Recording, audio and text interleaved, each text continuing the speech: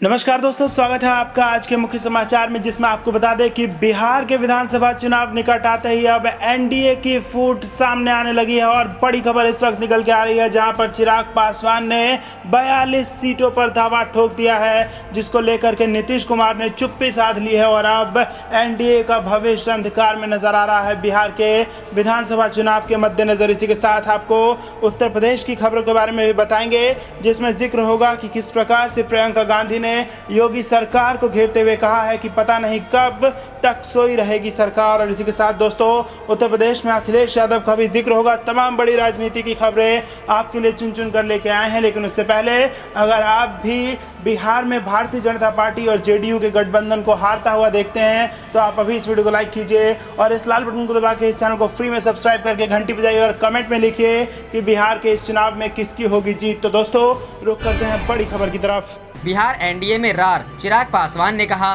42 सीटों से कम पर नहीं होगी कोई बात, अमित शाह ने किया था वादा। जी हां दोस्तों, कोरोना काल में बिहार विधानसभा चुनाव के बीच लोजपा चीफ चिराग पासवान के तेवर क्यों बागी हो रहे हैं, इसका खुलासा अब हो गया है। जमुई सांसद चिराग पासवान ने यह क्लियर कर दिया है कि एनडीए में सब कुछ ठीक नहीं है। चिराग पासवान ने एक चैनल के इंटरव्यू में बेबाक तरीके से उनके और सीएम नीतीश के बीच चल रही टसल का खुलासा किया है। बिहार विधानसभा चुनाव की तैयारियों के बीच सूबे में एलजेपी और जेडीयू के बीच चल रही तनातनी के बीच चिराग पासवान ने यह साफ कर दिया है कि सीटों के बंटवारे का फॉर्मूला पहले से तय है। चिराग पासवान की माने तो 2015 में जिस हिसाब से सीटों का बंटवारा हुआ था उसी हिसाब से इस बार भी होना चाहिए। मसलन चिराग पासवान का दावा है कि एलजेपी को बिहार विधानसभा की 42 सीटें चाहिए और इस समीकरण से एलजेपी समझौता नहीं करने वाली है। चिराग पासवान ने इंटरव्यू में कहा कि सीटों को लेकर अब तक कोई बात नहीं हुई है। चिराग पासवान ने कहा कि सीटों को लेकर तो बात 2014 में ही हो चुकी है। उन्होंने बताया कि 2017 में जब जेडीयू एनडीए में शामिल हुई थी तब यह बात उठी थी कि सभी दलों को थोड़ा थोड़ा एडजस्टमेंट करना होगा। चिराग पासवान ने कहा कि उस वक्त 2019 में ही मैंने अमित शाह से कहा था कि ऐसे पार्टियां आती रहीं तो हमारी सीटें कम होती जाएंगी, जो हमारे लिए चिंता का विषय होगा। उन्होंने यह भी कहा कि इस पर अमित शाह ने आश्वासन दिया था कि विधानसभा में सीटों को लेकर चिंता करने की जरूरत नहीं है। मसलन चिराग की माने तो वो 2015 में एलजेपी को जितनी सीटें मिली थी 2020 में एलजेपी उतनी ही सीटों पर फाइट करना चाह रही है, लेकिन देखना होगा राजनीति किस और करवट लेती है और एनडीए में एलजेपी को कितना वोट अब मिल पाता है।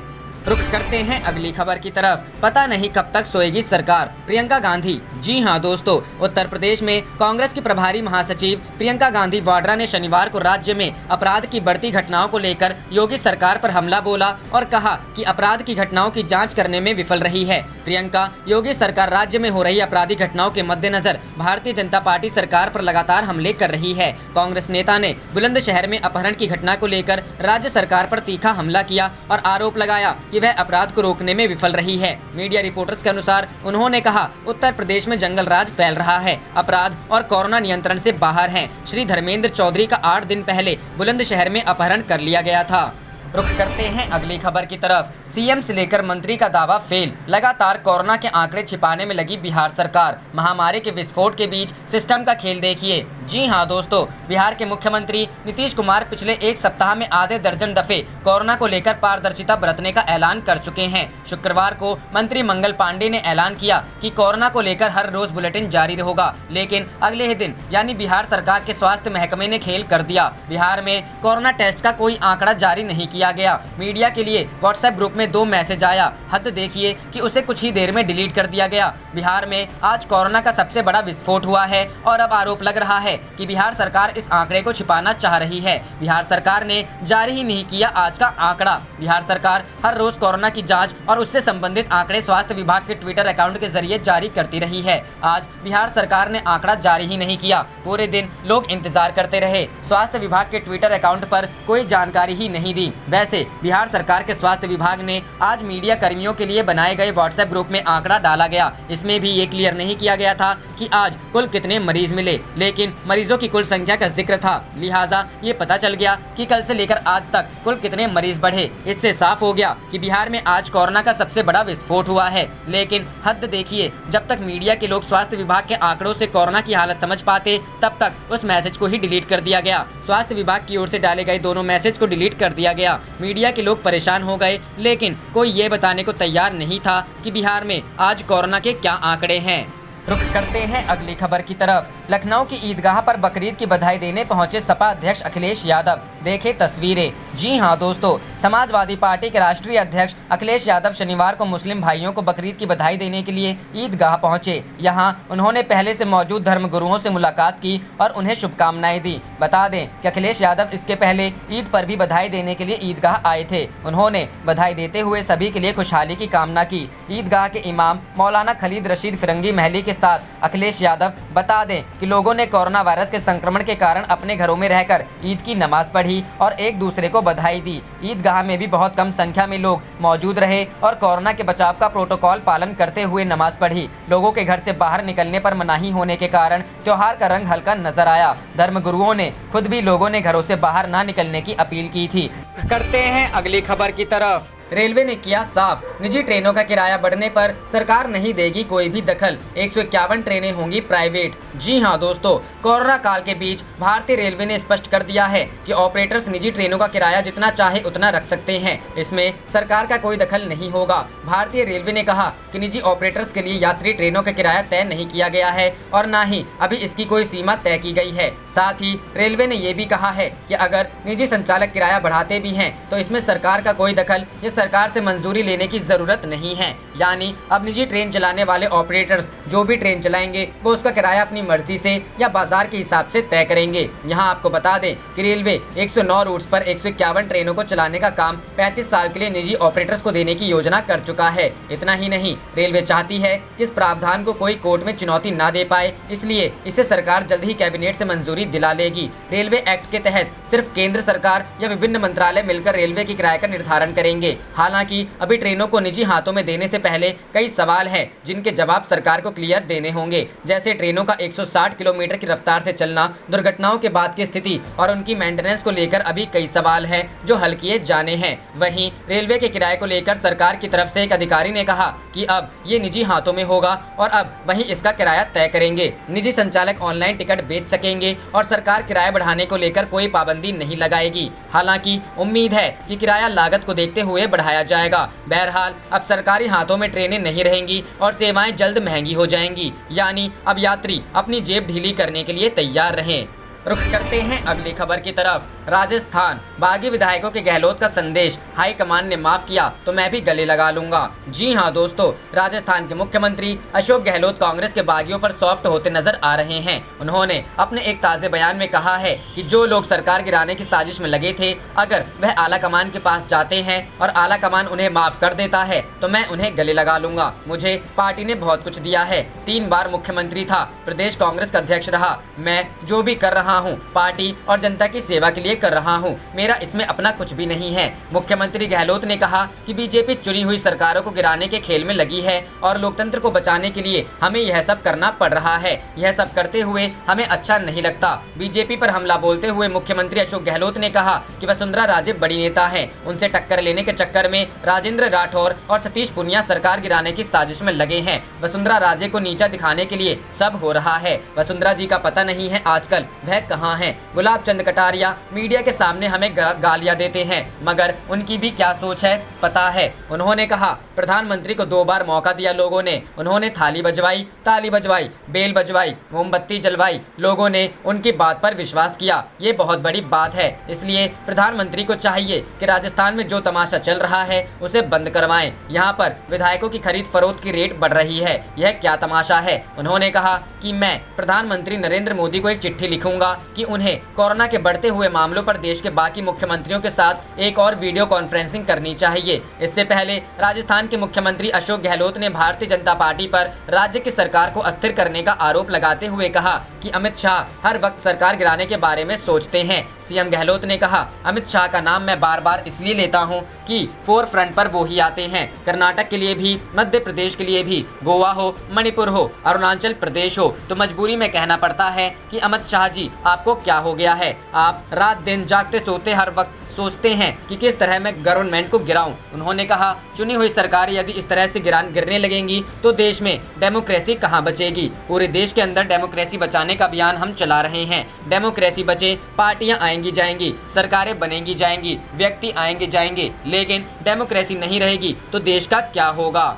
रुख करते हैं अगली खबर की तरफ। गहलोत सरकार का बड़ा फैसला, 9 अगस्त को प्रदेश भर में मनाई जाएगी भारत छोड़ो आंदोलन की वर्षगांठ। जी हां दोस्तों, भारत छोड़ो आंदोलन की वर्षगांठ पर 9 अगस्त को प्रदेश के सभी 29 स्वतंत्रता सेनानियों का राज्य सरकार की ओर से उनके घर जाकर अभिनंदन किया जाएगा। देश को आज़ाद कराने में इन स्वतंत्रता सेनानियों के योगदान का स्मरण करते हुए यह महत्वपूर्ण निर्णय किया है। मुख्यमंत्री अशोक गहलोत ने कहा कि आज हम इन सभी स्वतंत्रता सेनानियों के कारण ही खुली हवा में सांस ले पा रहे हैं। उन्होंने कहा कि देश के स्वतंत्रता संग्राम तथा भारत छोड़ो आंदोलन के जरिए देश को आज़ाद कराने में इन सभी ने अमूल्य योगदान दिया। उनके त्याग, समर्पण एवं देश प्रेम के जज्बे के सामने हम सभी नतमस्तक एवं कृतज्ञ हैं। इन्हीं की बदौलत हमारे देश में लोकतंत्र कायम हो सका। युवा पीढ़ी को इनके त्याग एवं समर्पण से प्रेरणा लेनी चाहिए। उनके प्रति सम्मान व्यक्त करना हम सबका दायित्व है। मुख्यमंत्री अशोक गहलोत ने निर्देश दिए हैं कि कोविड-19 एवं अन्य स्वतंत्रता सेनानियों की अधिक उम्र को दृष्टिगत रखते हुए संबंधित जिलों के जिला मजिस्ट्रेट, अतिरिक्त जिला मजिस्ट्रेट या उपखंड मजिस्ट्रेट घर पर जाकर उनका अभिनंदन करें। सभी वयोवृद्ध स्वतंत्रता सेनानियों को शुभकामना संदेश प्रदान कर तथा अंगवस्त्र ओढ़ाकर उनका सम्मान किया जाएगा।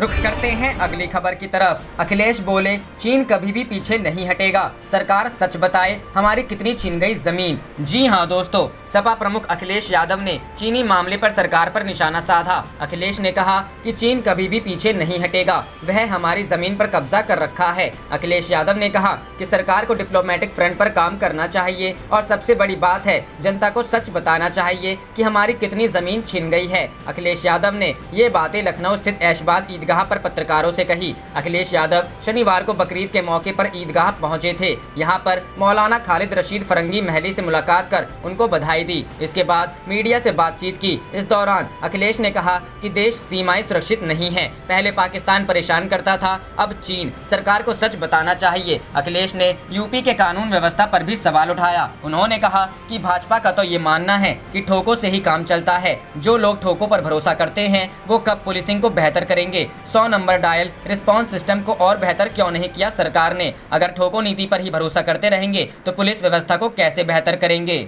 करते हैं अगली खबर की तरफ। प्रियंका का बढ़ते अपराधों को लेकर योगी सरकार पर हमला। जी हां दोस्तों, कांग्रेस के उत्तर प्रदेश की प्रभारी महासचिव प्रियंका गांधी वाड्रा ने राज्य में अपराध की लगातार बढ़ रही घटनाओं को लेकर योगी सरकार पर हमला करते हुए शनिवार को कहा कि अपराध की वारदातों पर अंकुश लगाने में वह असफल साबित हो रही है। श्रीमती वाड्रा योगी सरकार पर राज्य में हो रही आपराधिक घटनाओं को लेकर लगातार हमला कर भारतीय जनता पार्टी की सरकार को कटघरे में खड़ा कर रही है। श्रीमती वाड्रा ने राज्य सरकार पर बुलंदशहर में हुई अपहरण की घटना को लेकर तीखा हमला किया और आरोप लगाया कि वह अपराध रोकने में नाकामयाब साबित हो रही है। उन्होंने कहा, उत्तर प्रदेश में जंगल राज फैलता जा रहा है, क्राइम और कोरोना कंट्रोल से बाहर हैं। बुलंदशहर में श्री धर्मेंद्र चौधरी जी का 8 दिन पहले अपहरण हुआ था। कानपुर, गोरखपुर, बुलंदशहर, हर घटना में कानून व्यवस्था की सुस्ती है और जंगल राज के लक्षण हैं। पता नहीं सरकार कब तक सोएगी।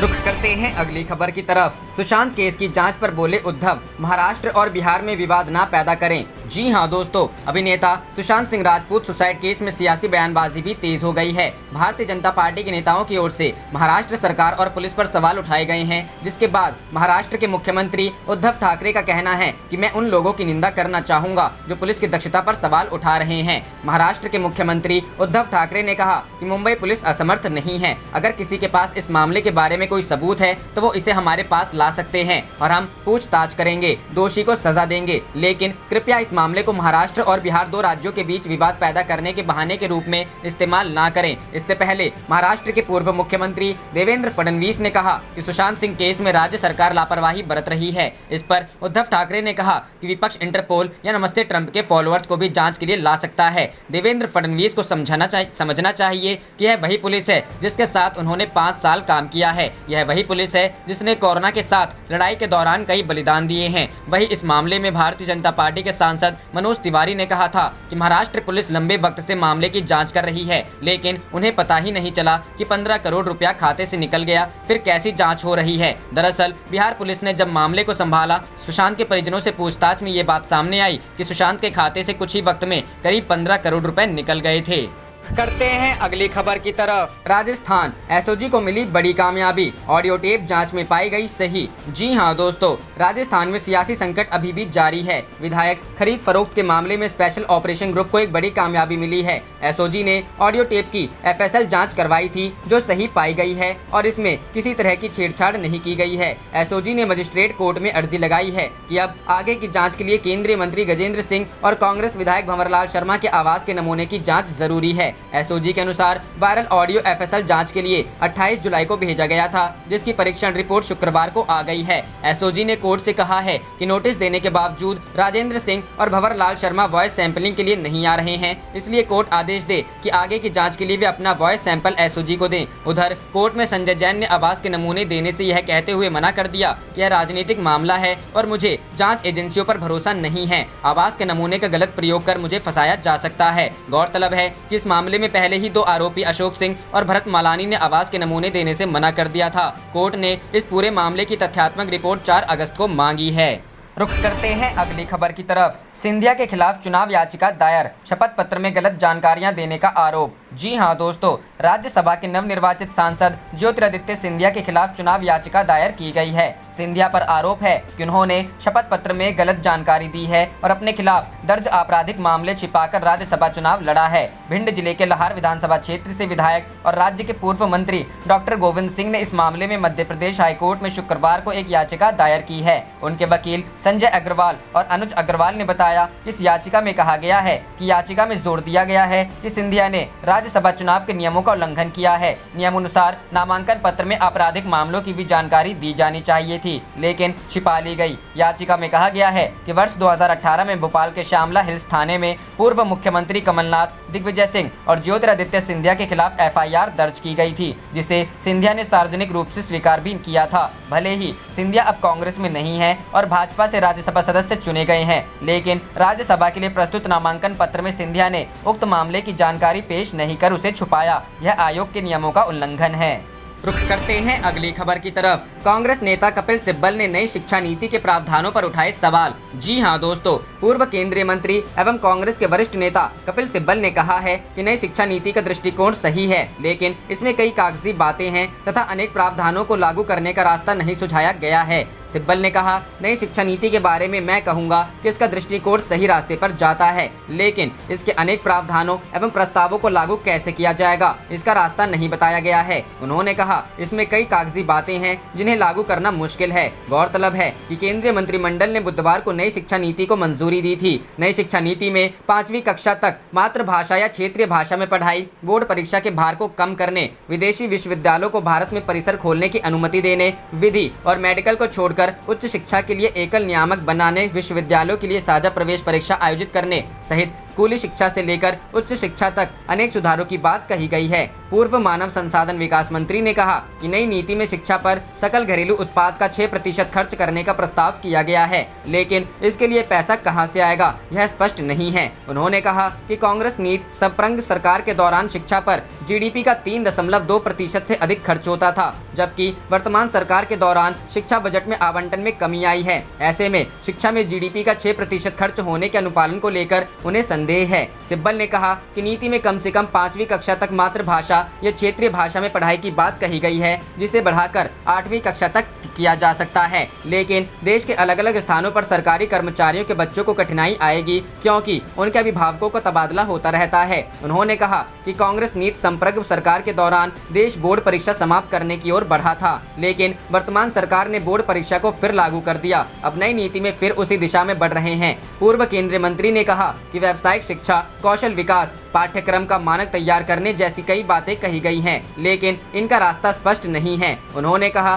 कि विज्ञान के साथ कला की पढ़ाई करना, उच्च शिक्षा में एकल नियामक का गठन, उच्च शिक्षण संस्थानों को स्वायत्तता देने तथा विदेशी शिक्षण संस्थानों को भारत में परिसर खोलने की अनुमति देने जैसी कई बातें कांग्रेस नीति संपर्क सरकार के दौरान आगे बढ़ाई गई थी। भाजपा इसका पहले विरोध कर रही थी, लेकिन अब उसी राह पर चलना चाहते हैं। इस प्रकार से 6 साल बर्बाद कर दिए गए। सिब्बल ने कहा, हम जिस रेलगाड़ी को चलाना चाहते थे, पहले भाजपा उसका विरोध करती थी और उससे अलग हो गए थे, लेकिन अब उसी रेलगाड़ी को चलाना चाहते हैं। उन्होंने कहा कि कोविड-19 महामारी के कारण उत्पन्न स्थिति को देखते हुए इसमें संदेह है कि कोई भी विदेशी शिक्षण संस्थान भारत में अपना परिसर खोलेगा। उन्होंने कहा कि शिक्षा में निजी क्षेत्र की क्या भूमिका होगी, यह नई शिक्षा नीति में स्पष्ट नहीं है। अनुसंधान कोष को कैसे लागू किया जाएगा, यह भी स्पष्ट नहीं है। कांग्रेस नेता ने आशंका व्यक्त की कि अनुसंधान कोष का पैसा कुछ खास संस्थाओं को चला जाएगा।